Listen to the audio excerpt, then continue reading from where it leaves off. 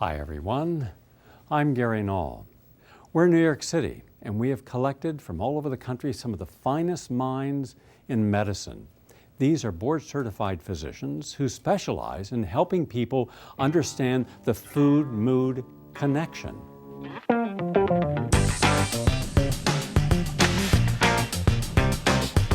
Just because you're a certain age doesn't mean you have to be sick. Can I work with a patient long term and prevent diseases? These are the food from which the brain will manufacture serotonin, and often people are very deficient. We spike ourselves with counterfeit energies to keep moving continuously like machines through the day. Well-being and wholeness is a different consciousness. Think of all the people in America today that suffer from depression and anxiety disorder. How about addictive behavior? If we are anything, we have addictive behaviors, whether it's to coffee or to sugar or to gambling or to drugs or alcohol or just overworking. Think of how many children have been diagnosed with ADD and ADHD or are simply hyperactive. How many Americans can't get a good night's sleep, suffering from insomnia? How about brain fog or brain fatigue?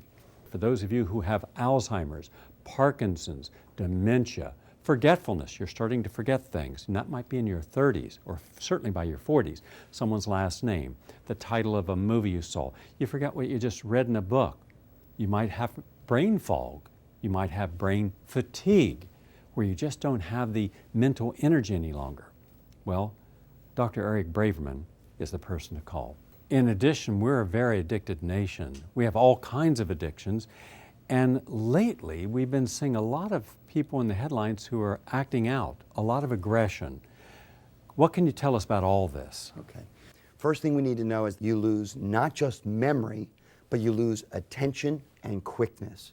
In fact, we have 50,000 accidents a year because people have brain aging and they're losing their ability to drive, ski, handle a lawnmower, handle fire in their house, handle a gun, and these are all related to attention, personality problems, memory loss, and brain quickness. So let me tell you about the brain specifically. There are 4 core chemicals that run the brain. One is the energy group called dopamine, and it can basically give you fire, or what we call metabolism.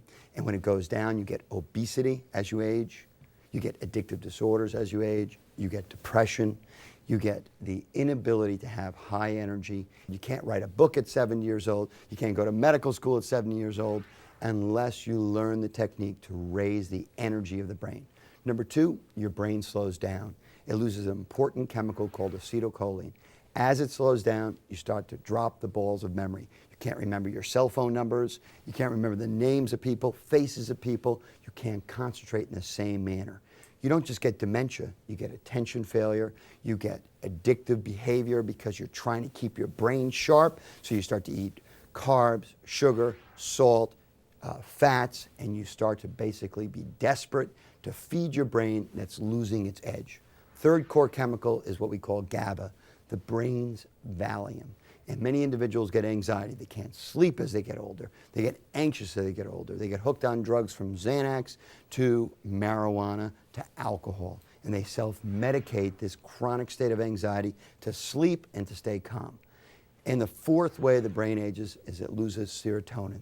And so you can't sleep. Once you can't sleep, you get more metabolic syndrome. Your immune system goes out of balance. You get more autoimmune diseases from thyroid to adrenal problems. And so sleep becomes a cornerstone dimension of mood, anxiety, and fighting all the neurodegenerative diseases from Alzheimer's to Parkinson's. Now, I don't know about any of the rest of you, but the people I see, many of the men over the age of 45, they say they're suffering not just from a depression, but from an emotional detachment, meaning they no longer feel connected to the things in life that once gave them passion and pleasure.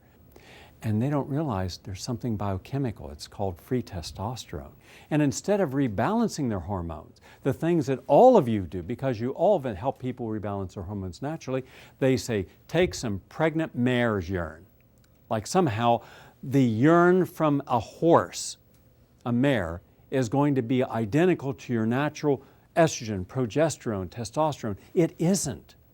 In fact, every study that I have seen, and I've been against this for 35 years, that synthetic hormone replacement therapy increases a woman's risk of heart attacks, stroke, breast cancer, ovarian cancer, and dementia.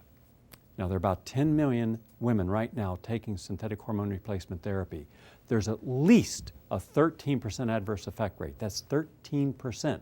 That's 1.3 million American women could end up with a heart attack or a stroke or breast cancer and never know that it came from that synthetic hormone replacement therapy. So he's going to show us about bioidentical or natural hormone replacement, and with that comes an elevated mood and everything else. Weight starts to come down, more energy, better skin, better hair, no more hot flashes, remineralization of the bone. So we know when you lose dopamine, depending on your receptors, and one person gets Parkinson's, but most people, they get obesity. Most people get fatigue, depression. Dopamine, or your amphetamine in the brain, comes from nutrients in your food. It's an amazing thing, but the amphetamines and stimulants of your brain come from your food. So tyrosine, phenylalanine, rhodiola, they are all found in foods and herbs. So the first rule is to know that good nutrition is key to building brain dopamine and reversing addictive diseases, because some alcoholics are deficient in dopamine, some alcoholics are deficient in other chemicals. We need to apply the entire cascade of health. What I mean by that is that it's not just the nutrients, it can be spices in your diet. There can be cayenne, can rebuild your dopamine levels. There are antioxidants in rosemary and basil that can rebuild your dopamine. You can rebuild your dopamine with estrogen if you're deficient in estrogen. DHEA, which can get rid of all your gut fat by rebuilding adrenaline in your brain. In fact, some people actually get their adrenal glands implanted into their brains to get more dopamine when they have Parkinson's. So DHEA actually raises adrenaline and raises your dopamine levels. There is testosterone. The male losing testosterone is in male menopause, but he's also in brain biochemical pause. Losing dopamine, getting a big belly, and losing his memory. He can't remember where he is, he's forgetful, he loses sex drive. Basically, sex is really a barometer or a thermometer that rises with your brain health and goes down with your brain's failing.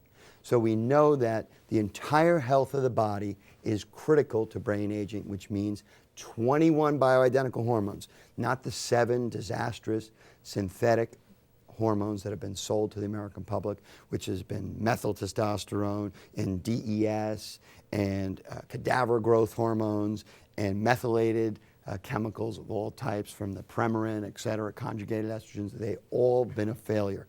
You must have only hormones that are bioidentical to build your dopamine levels up. Now remember, lifestyle also impacts your brain's dopamine.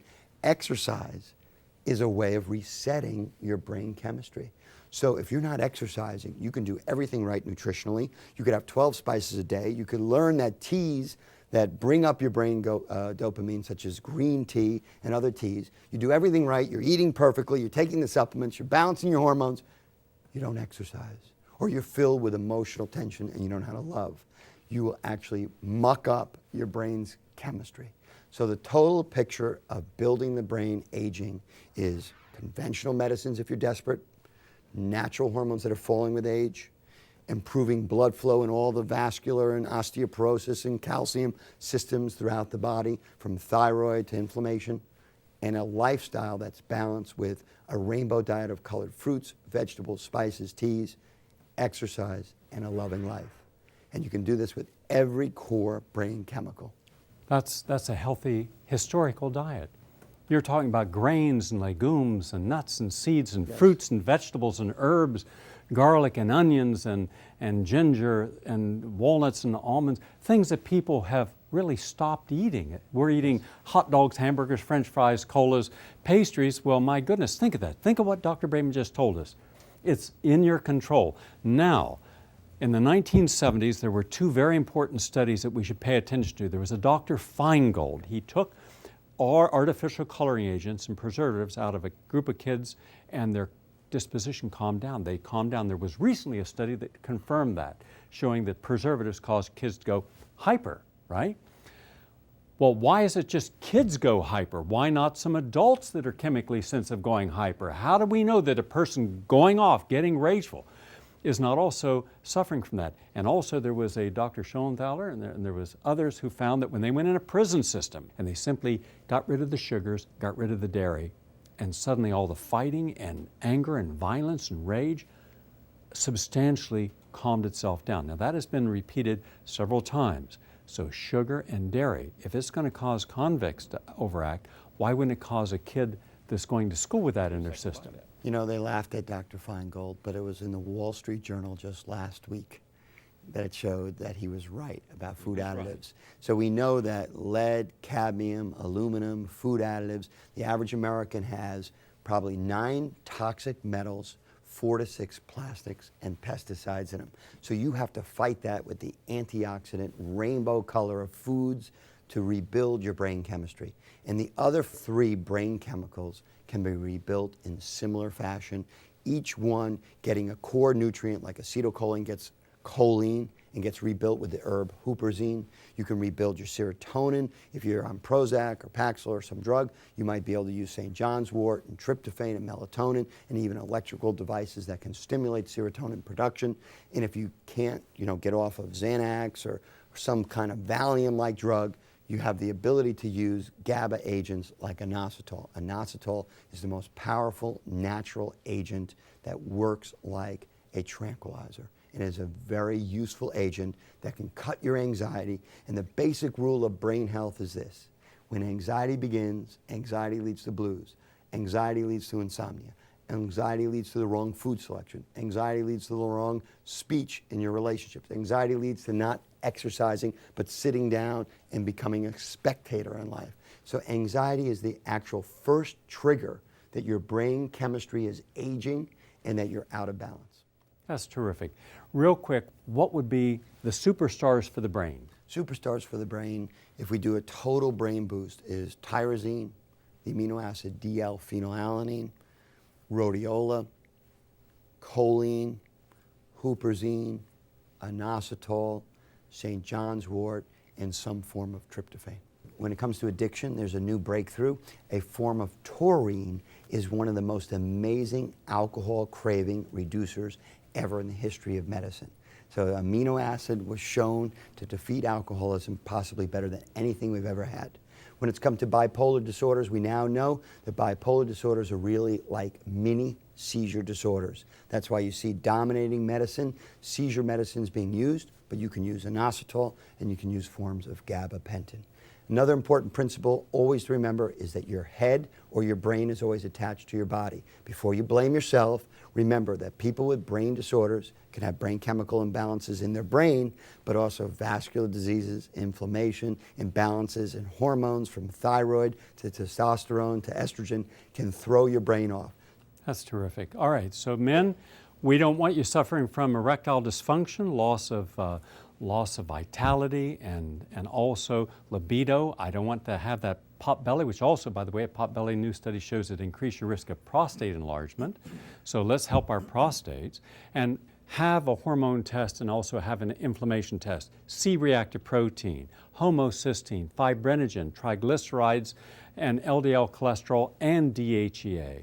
Very important. Women have a hormone panel done. So if you're having your hormone panel done, you know if you're deficient, and then have natural replacement. A lot of people think, well, I can live any way I want. I can eat the hot dogs, hamburgers, I can veg out in front of a television or in front of a computer, and I can live a stressful life. I'll just pop a vitamin. Not true. We've seen many people think that somehow they can shortcut this. You can't. There is no shortcut to good health. You must take your time. You have to first surrender or eliminate those things that are toxic and inflammatory, the hot dogs, the hamburgers, the pizzas, the colas, the coffee, the sugar, the dairy. Get them out.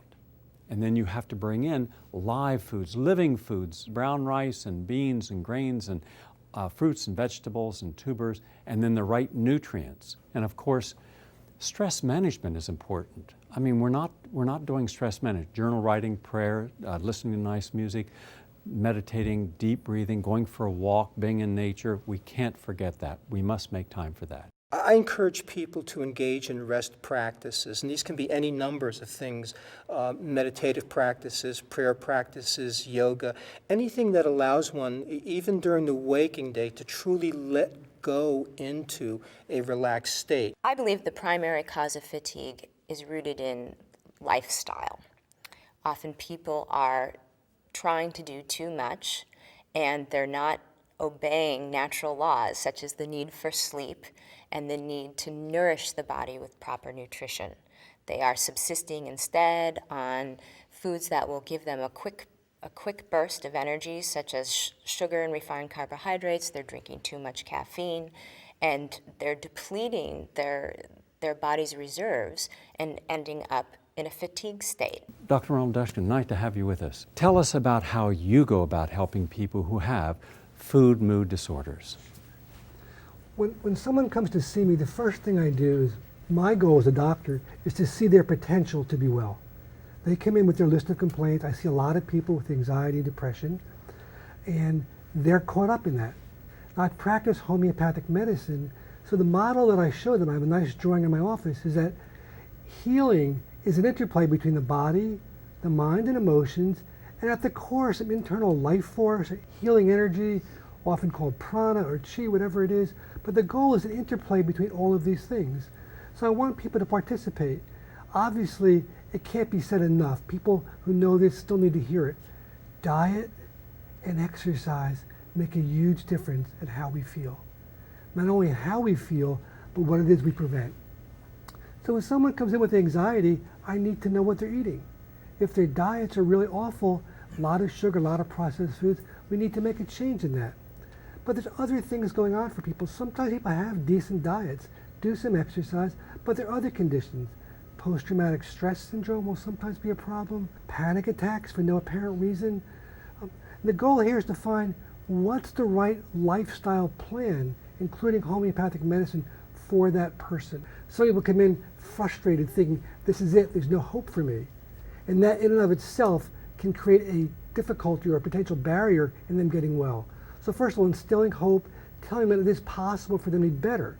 Then finding out what were the situations they dealt with or didn't deal with that created that.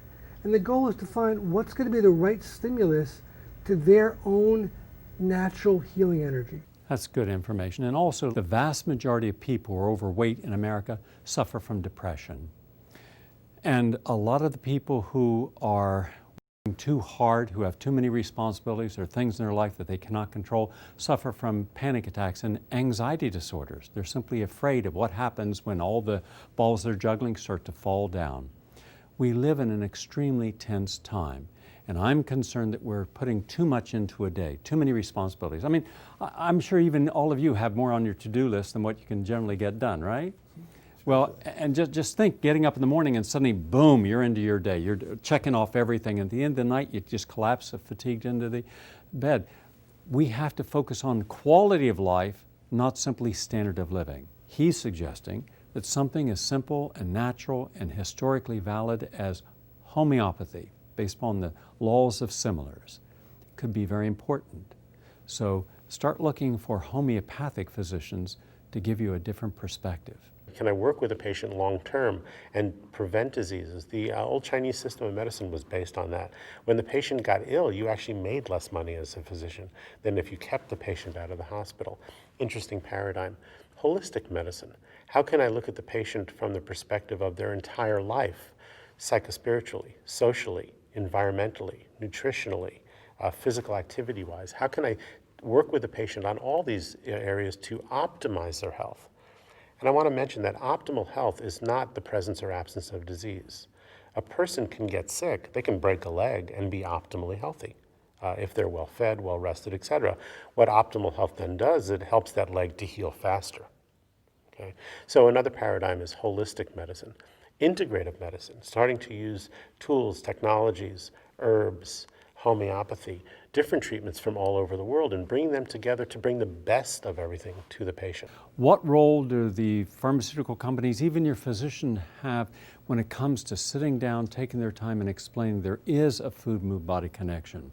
I'm not saying you should not have medications. I'm saying that the medication should come last.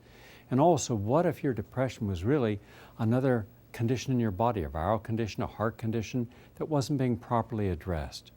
These individuals, all board-certified physicians, are saying, hold on a second. Let's start with the least invasive, least toxic. Let's do what's practical and easy. Dr. Irene Grant, you have been able to combine both Eastern and Western medicine. Tell us about how you go about helping people with the very conditions we've been talking about, from bipolar and manic and ADD and obsessions and all forms of dependencies. I found Chinese medicine extremely stimulating in terms of widening how to think about these disorders. And it's fascinating that it's probably a 4,000-year-old tradition in managing with acupuncture, and the herbal tradition is at least 2,000 years of very careful collaboration. And Chinese medicine at root is a food medicine. In fact, if you go to Chinatown, the traditional meals are designed to promote health. And the Chinese totally believe in alive food. They want their shrimp almost wiggling on the plate. And they look at the psychological problems and the mood problems as related to the organs and how the organs work with the channels. And they differentiate between a depression that comes from the kidneys or from the lungs. There's a sadness depression, there's an anger depression, there's a whole slew of different depressions. And then with these depressions, there are the therapies that are food-based, and then there's also herbs. For example, with liver problems, which cause also aggression, but also depression, they see that very much as helping to soothe the liver, help tonify it and make it work. And the overlap there, this thing that we call detoxing, and holistic medicine, of really promoting liver health, exercise, as well as lymphatic health. You don't have a healthy liver unless you have a healthy lymphatic system to clean out the toxicity. That this energy that rises up, because liver energy does rise up, is all part of having this organ system and the whole meridian system heal. So in other words, you're saying that if we are angry, if we're upset, in part is because of our liver? Absolutely. All right, so how do you detoxify the liver? If you want to get away from all the fried foods and the foods full of toxic amines from overcooking and get back into a natural whole vegetable and give the liver a break. Do you believe that animal proteins like hamburgers and hot dogs can lead to, along with saturated fat, lead to a biochemical predisposition to be angry? Yes, almost nobody gets an animal that hasn't had steroid hormones or an aggravated life. And we're eating this food that has qi and also chemicals. And the liver gets backed up. And cholestasis in Chinese medicine is really, there's a link between that and migraines and all this agitation. Once you get the liver and the gallbladder working, many psychological problems calm down. Well, one of the most beneficial of the Chinese herbs is green tea, and within green tea you have theanine, and theanine can calm you down. I mean, look at all the science on theanine today. I'm suggesting to everyone I know, when you really get upset and you're agitated and you're not feeling good about something, calm down with theanine. Now, we used to suggest other things like valerian, but now it's with some amino acids, your whole body kind of goes, okay, let's just mellow out a bit. 200 milligrams theanine, and that came from Chinese. Well, they also go very much into what they call dragon bone, and they work a lot with minerals, and that's like the oyster shell. And then if someone's really agitated, they calming things down by adding more minerals. Which minerals? Calcium's top of the list. Okay. I mean, from our biochemistry, a vitamin D deficiency and a calcium deficiency causes high blood pressure all the way up to an anxiety attack, and if you're really out there, you can have a seizure. What Dr. Grant is suggesting is that in other cultures, in this case the Oriental culture, which he has studied, they're not just looking at you when you get angry as having something out there that made you mad, but also you may have a predisposition based upon how toxic your body is. Now think of it, how do you feel when you're constipated? You don't feel happy, right? And how good do people feel when they're no longer constipated, right? And I've been around the world, in Italy and in Spain and in France and England and Ireland and all over, where they have long programs about cleansing, detoxifying, drinking water, sitting in the mineral baths, having teas and juices. And the one thing everyone will tell you is, my moods are so much better. I don't feel anxious, I don't feel angry. And yet you start eating the hamburgers and hot dogs and french fries, you get overweight, you're constipated, you've got a really toxic liver and lymphatic system's not working, sluggish blood, poor circulation in the brain. Yeah, it makes sense. Then I can understand how a principle of Chinese medicine could impact us. So they're suggesting eating things that are more raw foods, lots of fruits and vegetables, root vegetables that we don't eat a lot. We don't eat rutabaga and kohlrabi and parsnips and turnips like other countries do, and sweet potatoes and yams. So we should eat more of that. And also they have a lot of rice and tofu, but it's a healthier diet. Remember, the Chinese live longer lives than the Americans, and the Japanese have one of the longest lifespans in the world. The medical model in America does not rely upon health optimization, it relies upon health disease treatment. Thus, we have to go beyond that paradigm to go toward optimizing our whole body function from the ground up.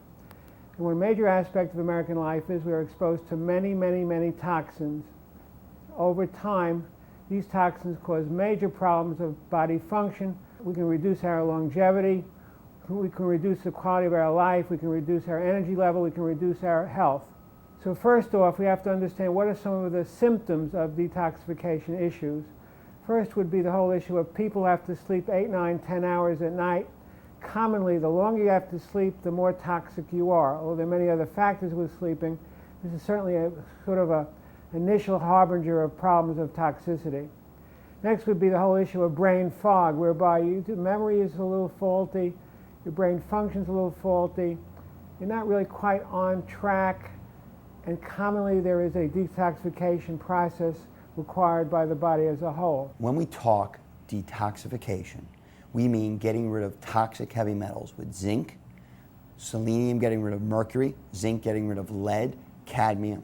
We talk about chelation, washing out toxic metals. We mean N-acetylcysteine, removing toxic organic chemicals. Antioxidants such as beta-carotene, vitamin E. There are a lot of nutrients that can remove these toxic chemicals, and you can literally do an internal baptism or mikveh and wash out your insides of a toxic revolution. Now, many people forget just taking a vacation, going to the Caribbean, washing out for a month, you basically are in connection with nature, and that can cleanse you. Sweating, steam, exercise, critical to detoxifying your whole body. Getting lots of water, 8, 12 cups of water. Teas, 7 rainbow-colored teas from green to red, all critical to detoxification. So we know that you have to be cleansed out. Sometimes emotional cleansing is important too. Forgiveness is the greatest detoxifier. Dr. Harold Buttram, we have a lot of children in America today who are suffering from problems that we haven't recognized because it is leaky gut syndrome. So they're not getting the nutrients even into the body, and they're suffering from chronic allergies, and those allergies could even be cerebral allergies into the brain. Yes. All right, so with diet and lifestyle and nutrients, you're able to help clean up the intestine, lessen or stop leaky gut syndrome, so the nutrients you give them go to the body and rebalance their chemistry so they're no longer as allergic? Yes. So that means they have more normal disposition, more normal temperament, more normal moods? Yes. In my practice, I usually start, the first thing I do with these children is give them a trial, a 3-week trial of dairy-free diet, followed by re-challenge. It would also be desirable to do the same thing with gluten if it's feasible. And it's been my experience, many of these parents have done a lot of research on their own and have already gone through this with their children. And very often just the elimination of dairy brings dramatic improvement in these children. Have you ever noticed that by rebalancing manganese that is too high in kids with autism frequently and iron that's too low, by reversing the ratio, you can see an improvement? Yes. Yeah, and that's something that the average physician's unaware of. Too much manganese, too little iron. And you can get the iron from vegetables. In our culture, at least 11 million children are being treated with powerful mood-altering chemicals. And I think it's a disgrace because people are not looking at the lifestyle of the child. They're not looking at the home within which the child is being raised and the habits that the child is being exposed to. So people need to look at the children's diets. For one, children are waking up, they're eating like a prepackaged cereal that's high in high fructose corn syrup, almost devoid of protein, and they're going to school, their blood sugars are spiked way up and very soon afterwards are falling. And the child does not have the blood sugar to literally power the brain. So of course they're going to end up with behavioral and learning disturbances. I believe that these environmental factors can play a role in schizophrenia, autism, mood disorders like depression and bipolar disorder, addictive behaviors, obsessive compulsive disorders, anxiety, panic disorders, sleep disturbances, and virtually any condition that you can think about which is labeled a psychiatric disorder. Dr. Asher, tell us about the conditions that you see that you're able to help. I saw a patient today actually who had bad migraines and he had ringing in his ears. He was overweight, he had a terrible diet, he was a painting contractor, he was exposed to all kinds of environmental toxins. His muscles were chronically tight and he had lots of aches and pains as well as his migraines. And just by changing his diet, putting him on a diet which was low in inflammatory foods, high in good quality nutritional foods, taking him off sugars, taking him off caffeine, he stopped drinking alcohol, putting him on some nutritional supplements which were high in antioxidants, and doing some work on releasing some of his muscle spasms. His migraines went away, as did his ringing in his ear got tremendously diminished. So that's a perfect example of how foods and can have an effect on our health. What would be some of the nutrients that people who suffer from migraines can benefit from? Particularly vitamin B2. There's a lot of evidence that taking that 400 milligrams a day actually reduces migraine headaches quite considerably. It's actually as good as many of the migraine prevention drugs. Another point on this is it seems like a large number of patients are deficient in vitamin D3, which seems to have a big impact on inflammation in the body, and it's easy to test for that, and I test for that in almost all of the people that see me, replacing that makes a very big difference in terms of a lot of aches and pains.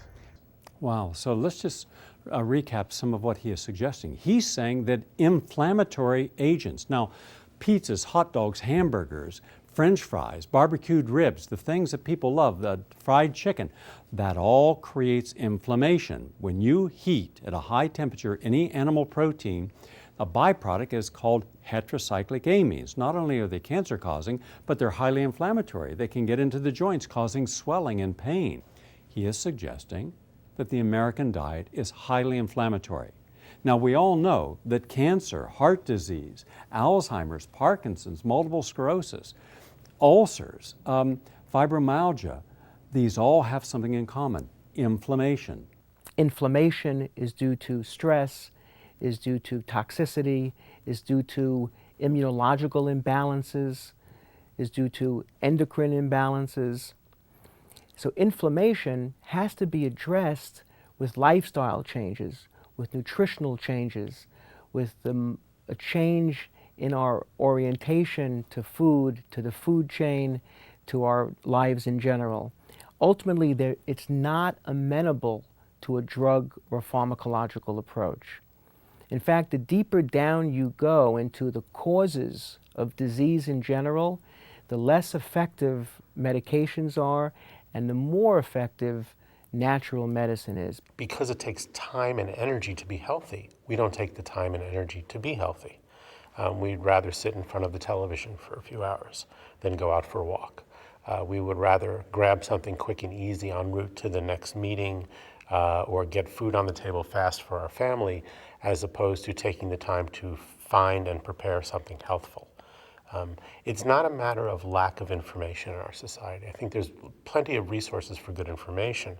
It's a lack of motivation, a belief structure that exists in our society. I wouldn't quite say laziness, but the lack of energy to be healthy. We need to adopt a practice of regular detox. I urge my patients to consider a juice cleanse about 4 times a year, ideally. And I feel that you want to use green vegetables for this cleanse. Green vegetables juiced, such as celery, cucumber, and sprouted vegetables such as sunflower seeds and pea shoots, when juiced, will help alkalinize and detoxify the body. So I'll have my patients go through a program where they drink about 8 of these green vegetable juices a day for about 7 days. And I'll also include some raw green soups, so raw kind of blended green vegetables.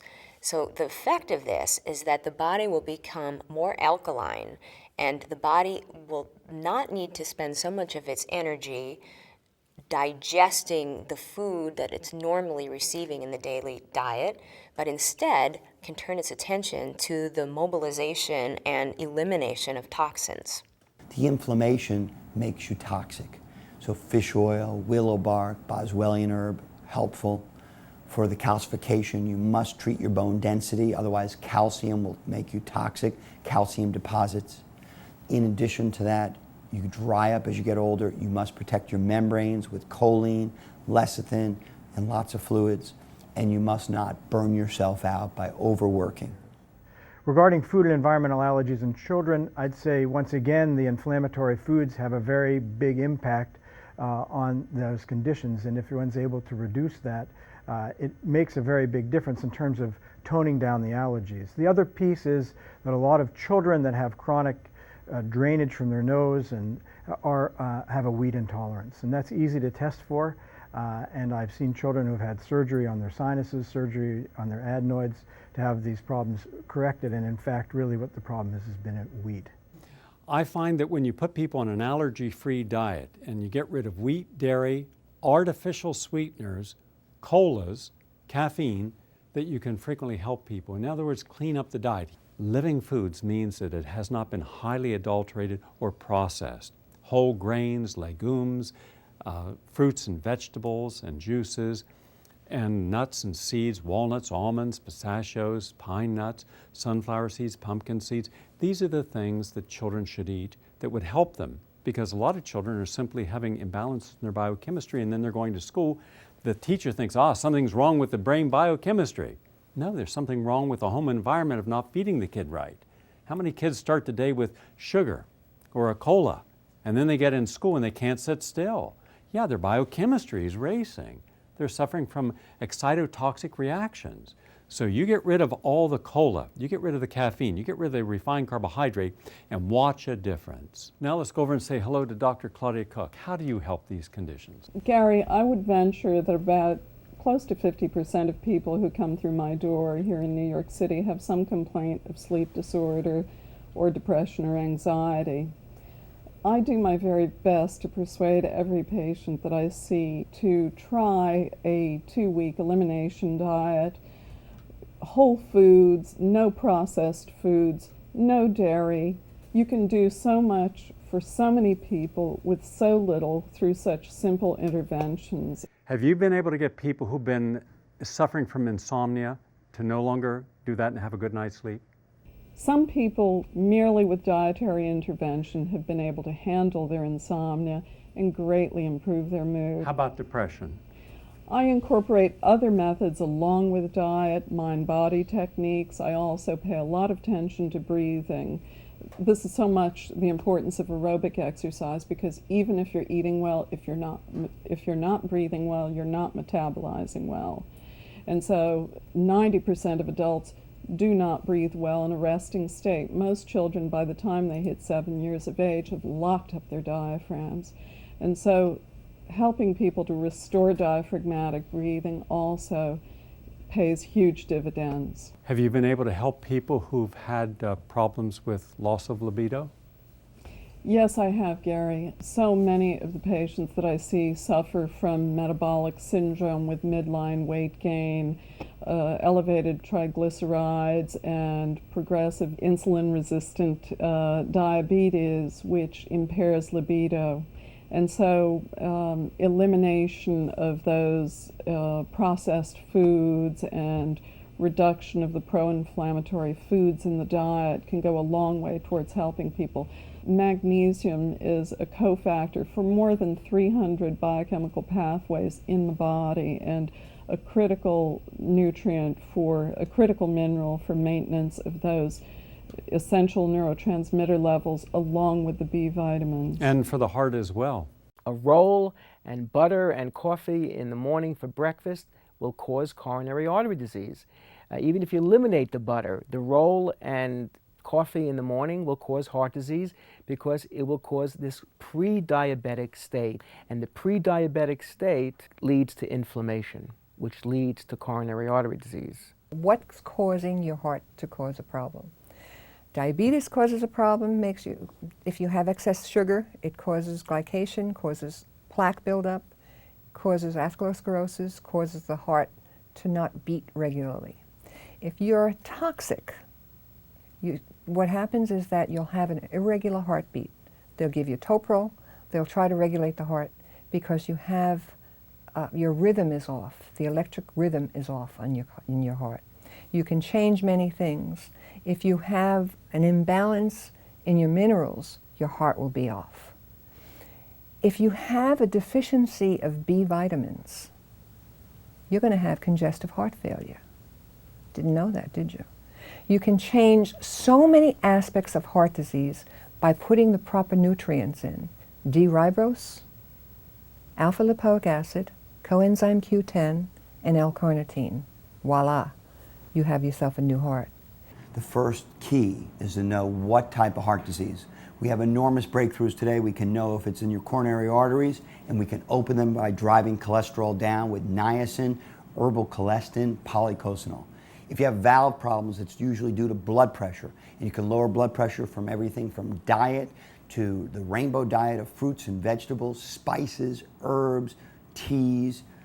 It's incredible what's out there, from garlic and taurine and fish oils and borage oils. Drive your blood pressure down with the rainbow of spices, from turmeric to cayenne, from rainbow teas, from green tea to tangerine tea, and you can lower your blood pressure and heal heart disease and valve problems. Something else that I want to talk a little bit about is the importance of intestinal health. I see so many people who suffer consequences of overuse of antibiotics and consequences of poor diet, who have very unbalanced gut flora. And there again, the whole food diet with elimination of processed foods, addition of probiotics can go such a long way towards helping people. And we're talking about brain health, and I want to remind people that the brain is 60% by weight lipid, that is fats. And I want to emphasize the importance of essential fatty acids in the diet.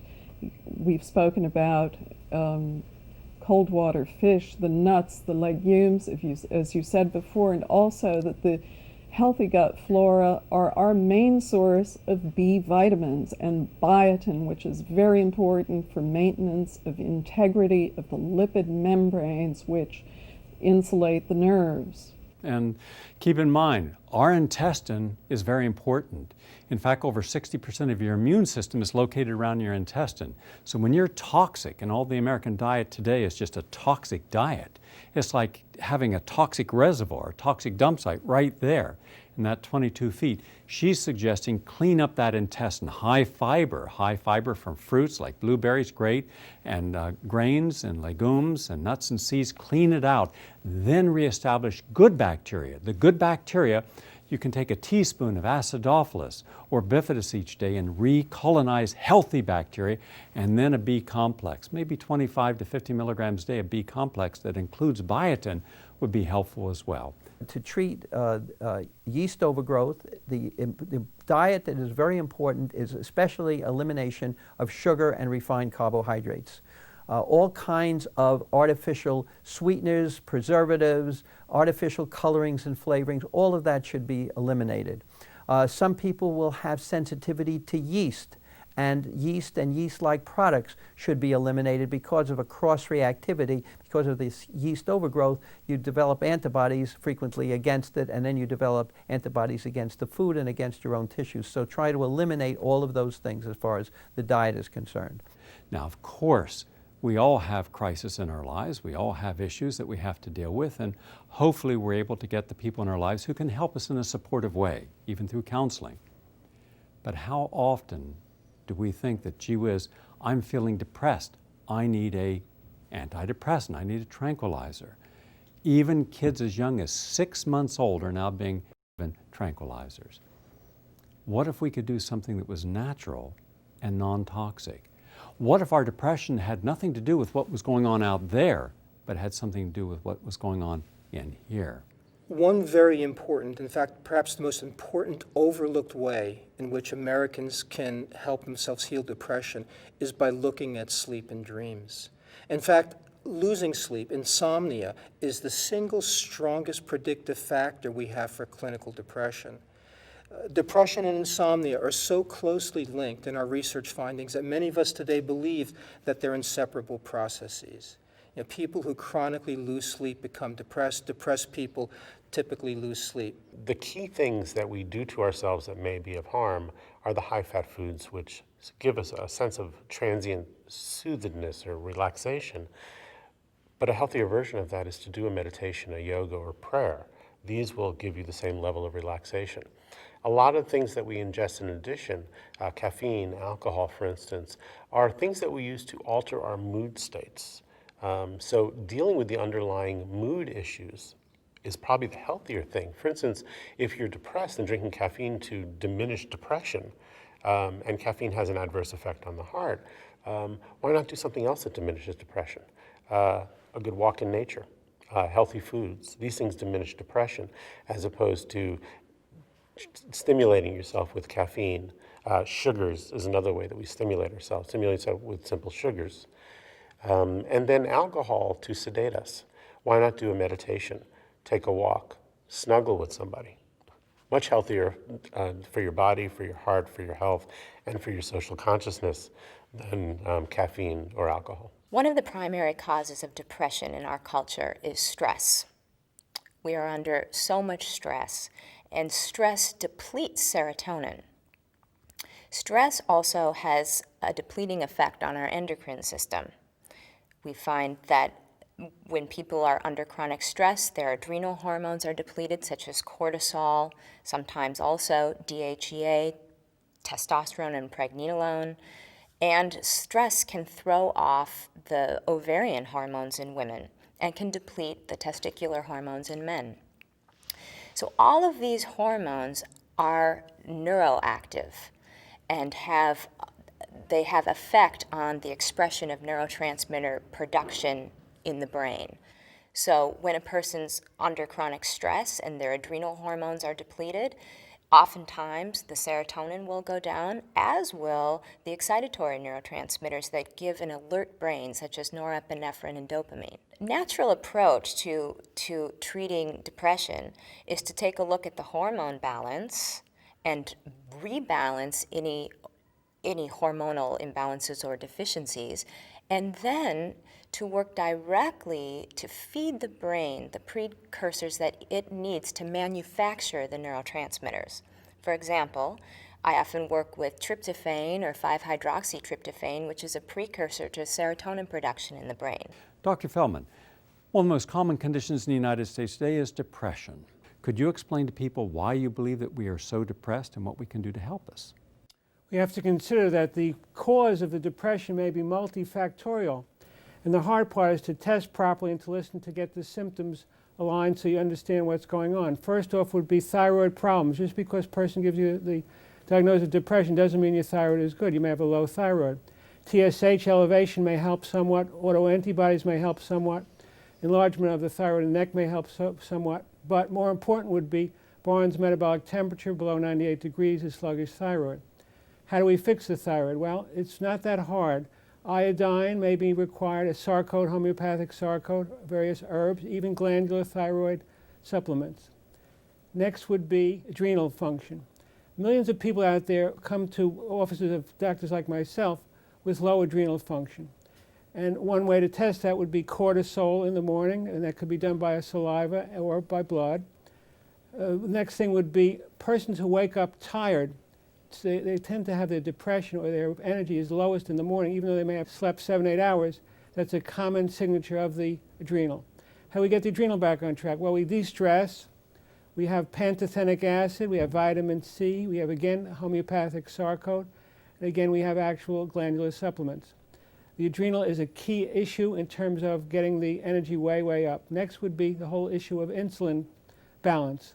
There are millions of people walking around with an imbalanced glucose instability syndrome where their insulin level is way out of kilter. And they go rise, they eat sugar and sugary food.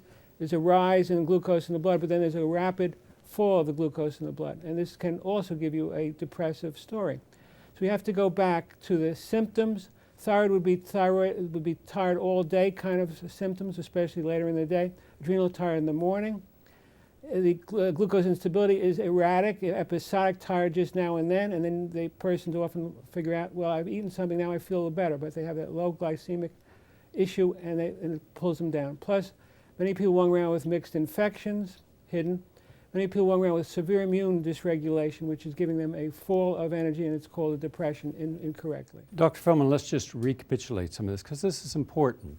For many of you, you may be depressed, according to Dr. Feldman, because you have an underactive thyroid. Now, there's several ways to determine if your depression is due to an underactive thyroid. For example, thinning of the outer eyebrow, a sense of fatigue, gaining weight even though you're not overeating, and of course, mood swings and insomnia. And so Dr. Feldman was suggesting that through natural methods, you could rebalance that hormone level. And lo and behold, I've seen people, I know you've seen people, I'm sure all of you have seen people, when you rebalance the metabolism, they suddenly lose weight, they feel better, they come out of that brain fog or that mood swing, and it's not that difficult. He's also suggesting that unexhausted adrenal glands. We live a very stressful life. Everybody is trying to do too much in too little space. We're over-rushed.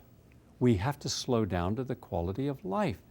Well, he's suggesting you better have your physician check your adrenal function, because if you've been, like a lot of people, starting your day with caffeine, well, that'll overstimulate adrenaline. He's suggesting something as simple as pantothenic acid, one of the B vitamins, at the appropriate amounts can help balance you out. Plus, you may have viral bacterial infections, which can also imbalance your biochemistry and manifest as depression. Simple things to do, but very practical. Thank you, Dr. Feldman. We now know depression is caused by brain chemical imbalance that's treated nutritionally, lifestyle factors from not exercising to relationships. Depression is caused by medical illnesses in endocrine organs, in thyroid gland, in many organs throughout the body, and medical illnesses. Here's the good news. Changing your diet, doing nutrition, improving your hormone balance, lifestyle changes, and you can generally treat depression in a natural way. Dr. Michael Schachter, you've been around a long time in this field as an orthomolecular psychiatrist, one of the few. Tell us about why are we over-medicated? Well, Gary, I think we're over-medicated in part because of the tremendous financial pressures by the pharmaceutical industries and the fact that the pharmaceutical industries largely affect medical education and affect the physician's thinking. And I think one of the things you need to consider when seeing somebody with a mood disorder is what role the medications, the chronic medications, may play in this. Various antihypertensives may contribute, for example, to low libido, low testosterone, depression, anxiety. Many of the antidepressant drugs are actually will not work unless the neurotransmitters are high enough. And this needs to be evaluated in any patient who you see with any type of psychiatric disorder. And the inflammatory diets tend to put chronic stress on the body and deplete the body of neurotransmitters, which then result in the craving for the very diet that is giving them so much problems. So in order to move them toward a healthier diet, one of the things that you can do simultaneously is to try to correct the neurotransmitters using amino acid precursors and various minerals and so on. These all can be done simultaneously in order to help patients. There is a lot of evidence, for example, in the autistic children and in people with mood disorders that they have problems with methylation. And methylation requires active forms of B12 and folate, and these are nutrients that can be used to try to help psychiatric patients. Thank you very much. Well, let's just summarize for a moment. You've heard from this very esteemed group of medical doctors that the American diet, as we're now consuming it, is leading us to everything from ADD and depression and insomnia and migraines and brain fatigue and premature aging of the brain and Alzheimer's and Parkinson's. So many conditions that we could actually prevent or reverse if we simply had the courage and hopefully had public leaders or political leaders or celebrities saying, hey, change your diet and your whole mood changes. And then, of course, the exercising, the stress management, the nutrients to rebalance this chemistry. This is a wonderful body that we have. Why don't we treat it with the love and respect that it deserves? Hope that you've enjoyed this and gotten some insights into the food-mood connection. I'm Gary Null. Thank you very much for watching.